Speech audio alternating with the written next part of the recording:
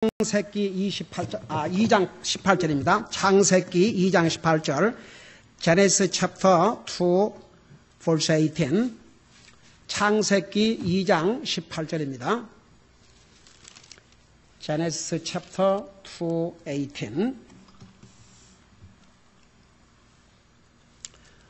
우리 한 목소리로 같이 읽겠습니다. We're going to read together. Let's begin. 다 같이 시작.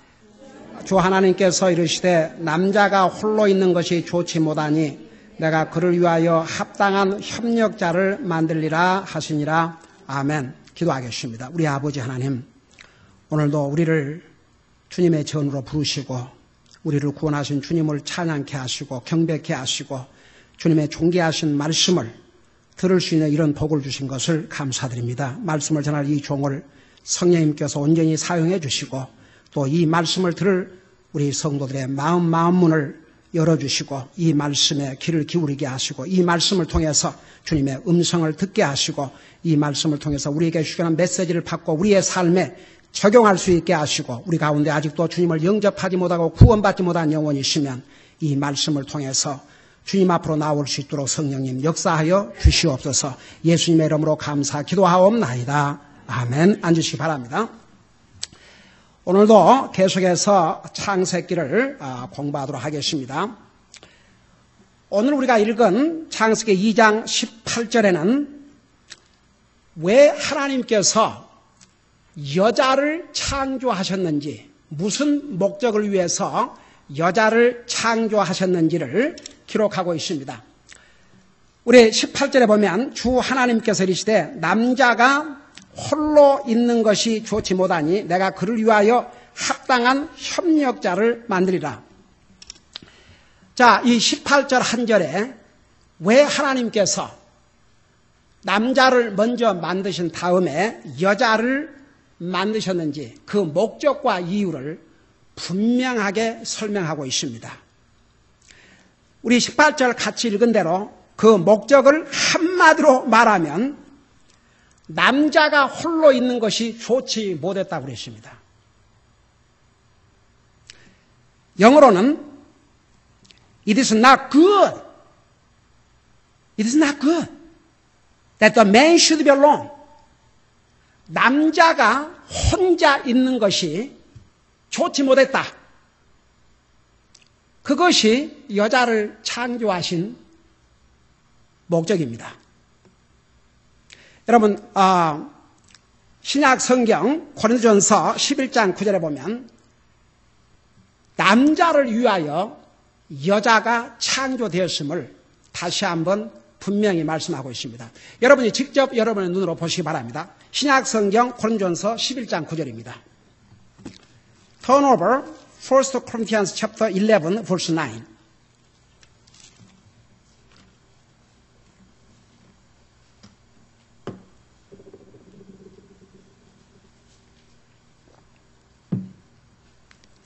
자, 11장 9절에 보면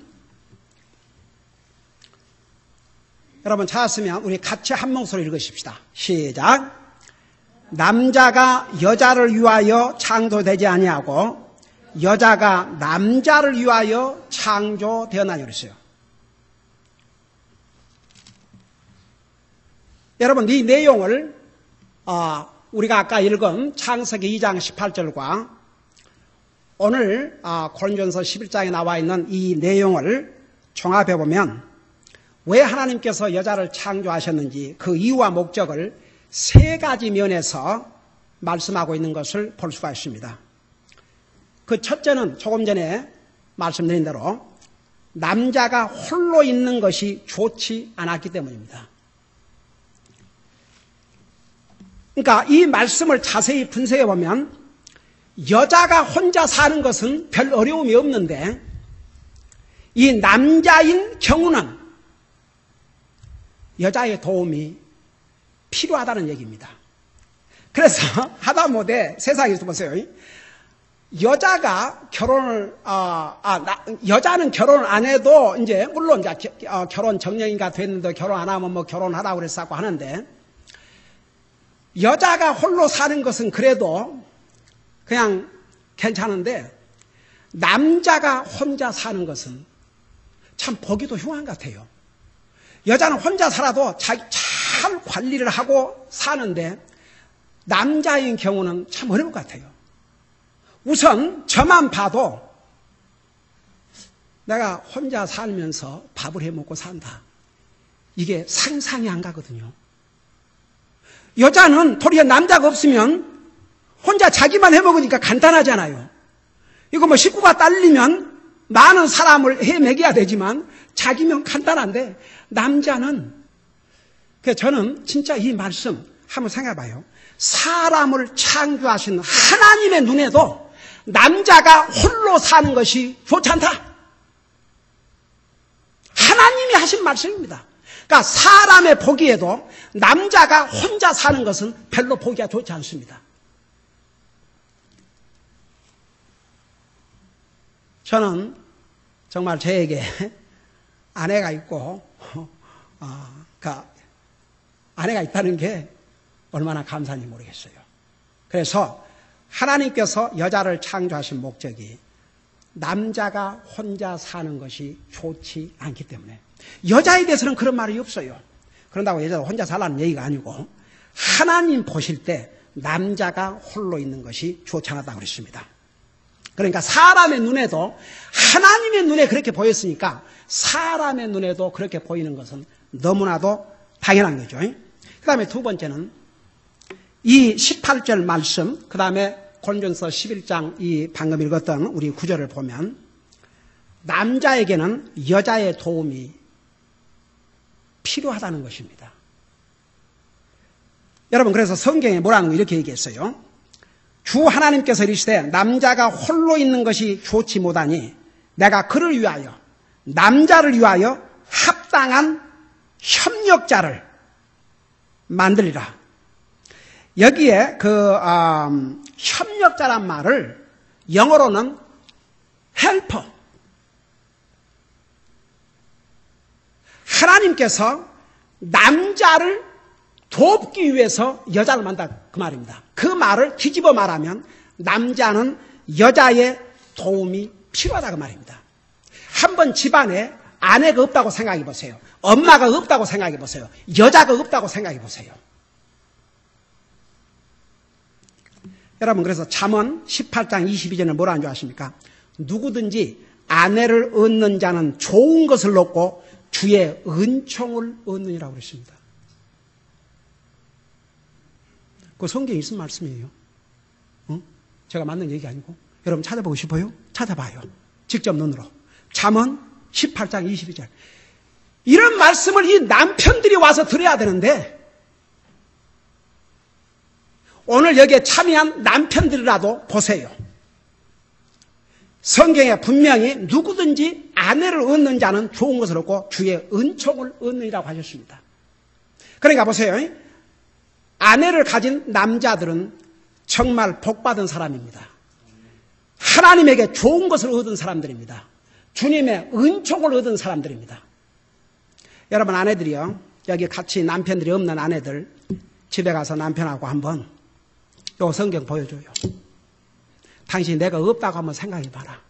오늘 저녁 누가 해줬겠냐? 누가 오늘 빨래 해줬겠냐? 내가 없다고 생각해봐라. 저는 제가 미국에 다닐 때 칼버드 목사님이 여자가 밖에서 일을 안 하고 집에 있다고, 일을 안 한다고 생각한 남편들은 일주일만 더도 말고 아내가 한 것을 바꾸어서 해봐라.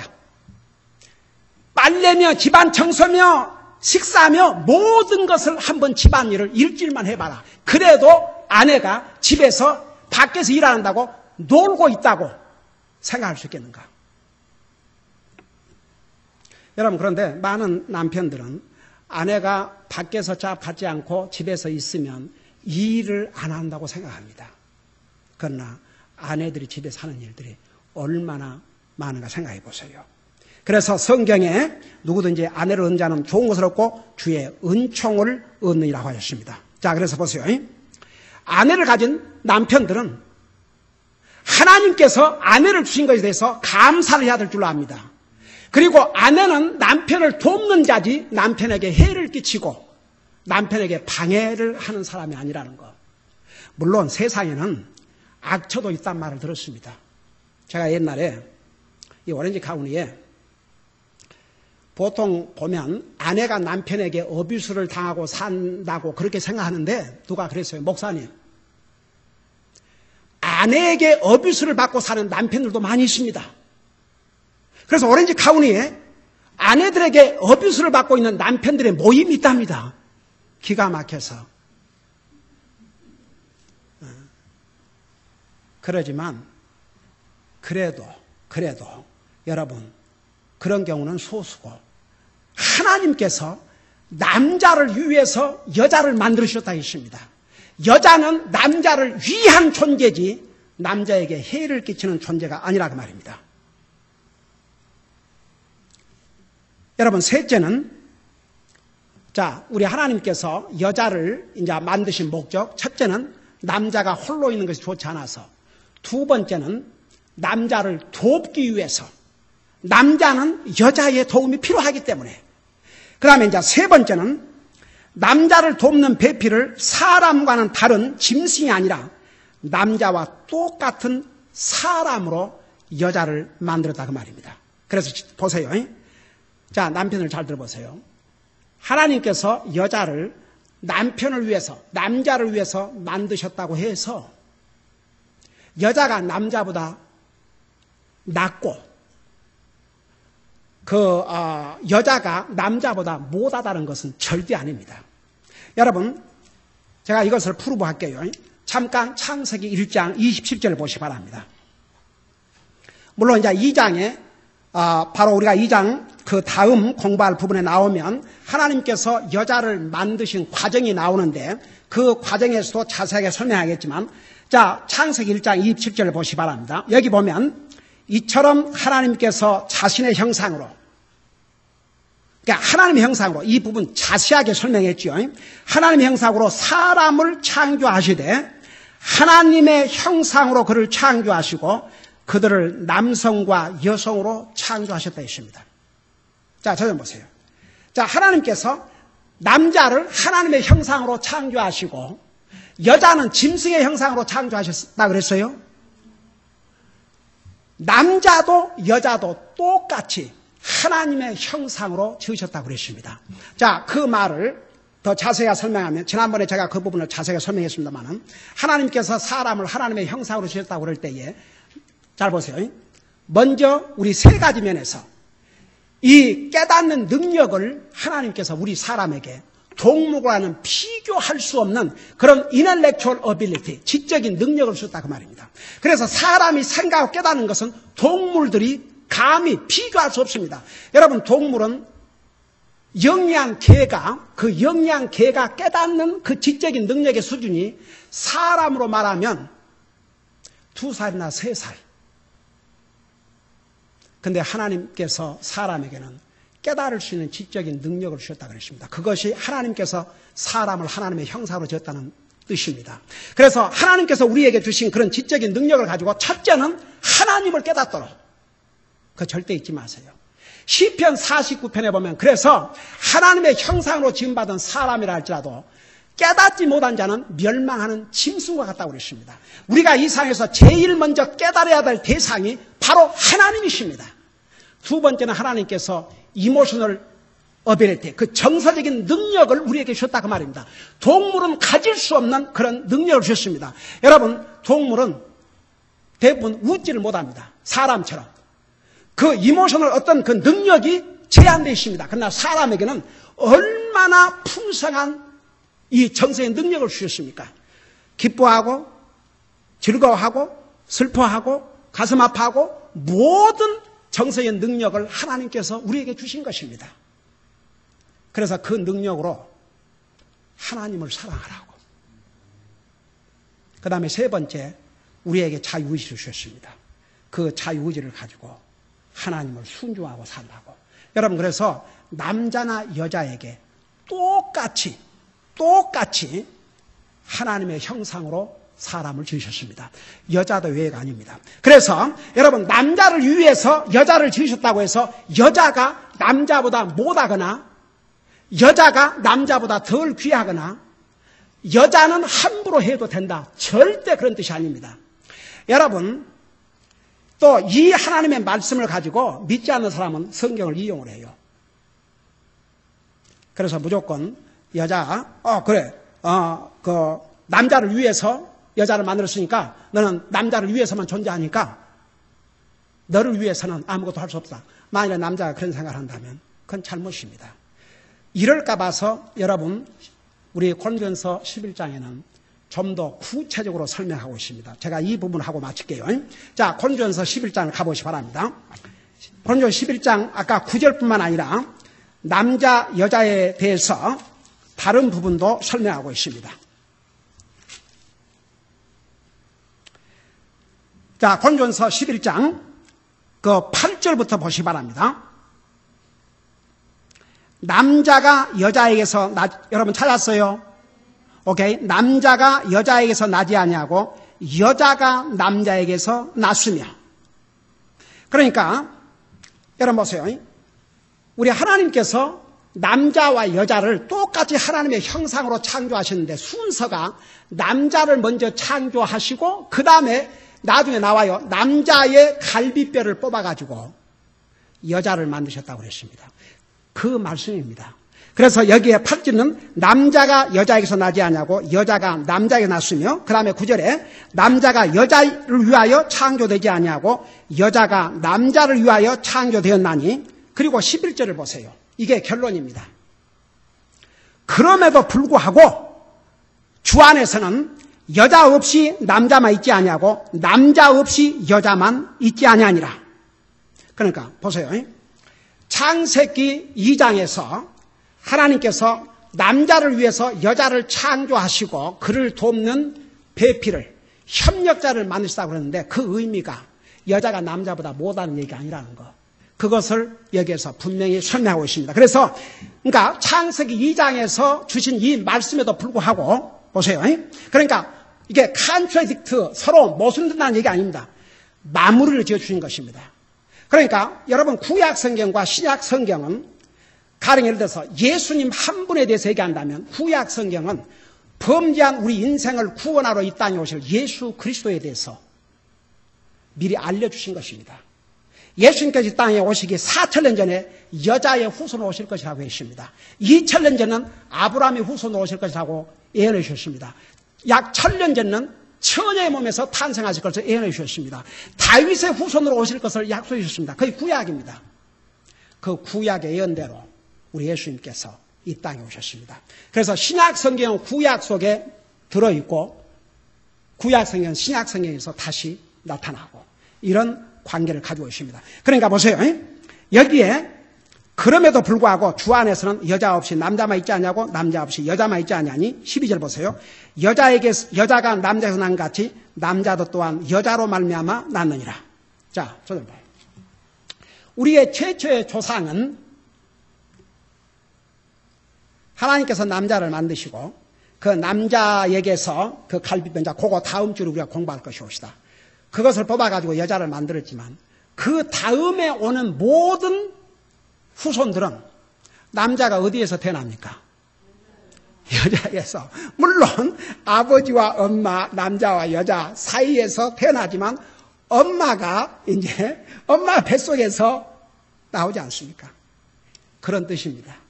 그래서 여자가 남자에게서 난 같이 그 이부가 그런 같이 그 다음에 뭐라 했습니까? 남자도 또한 여자로 말미암아 났느니라.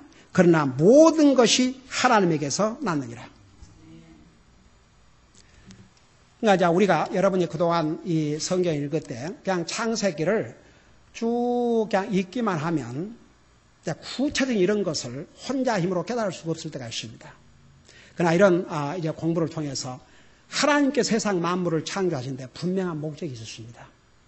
하나도 하나님께서 목적이 없이 만드신 거 하나도 없습니다.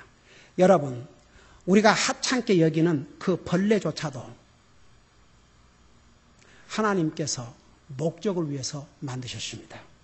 여러분 성경에 보면 악한 자도 악한 나를 위해서 하나님께서 만드셨다고 했습니다.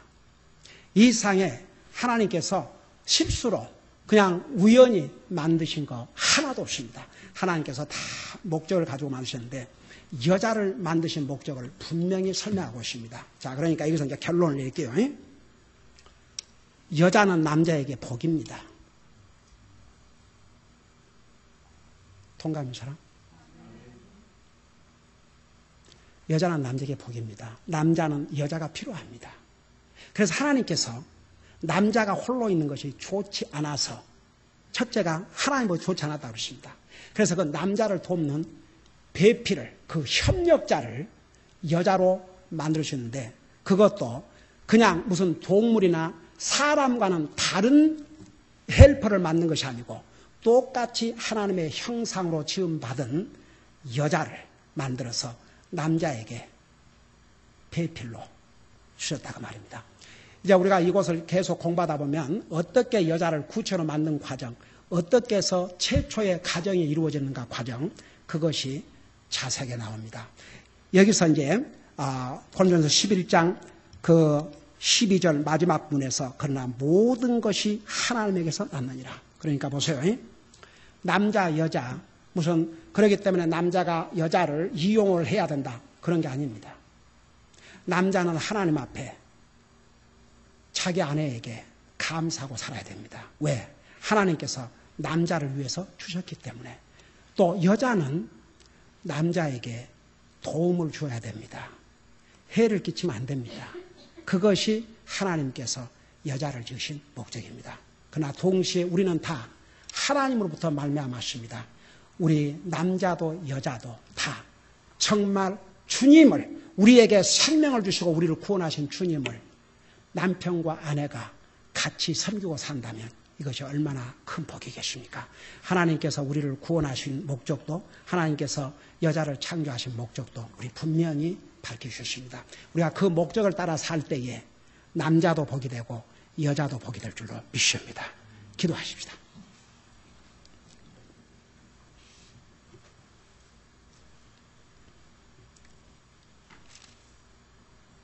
우리 하나님께서 세상 만물을 창조하시고 우리 사람을 하나님의 형상으로 창조하셨습니다.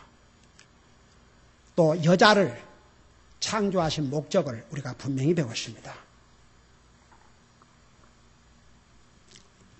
오늘 우리 가운데 아직도 내게 생명을 주신 하나님을 나의 하나님으로, 나의 아버지로, 나의 주로, 나를 구원하시기 위해서 사람의 몸으로 이 땅에서 자기 생명을 주신 예수님을 아직도 저는 내 구주로 영접하지 못했습니다. 나의 주님, 나의 하나님, 나의 구세주로 영접하지 못했습니다. 그렇기 때문에 언젠가 내가 이 세상을 떠날 때 우리 이 땅에 영원히 살지 않습니다. 저는 할라갈 확신이 없습니다. 만일 주님이 오신다면 저는 주님 앞에 들림받을 확신이 없습니다. 목사님, 제 영혼을 위해서 기도해 주세요. 그런 분 계시면 여러분 위해서 기도하고 여러분을 돕기 위해서 기도하니까 잠깐 손들을 다 내려주시기 바랍니다.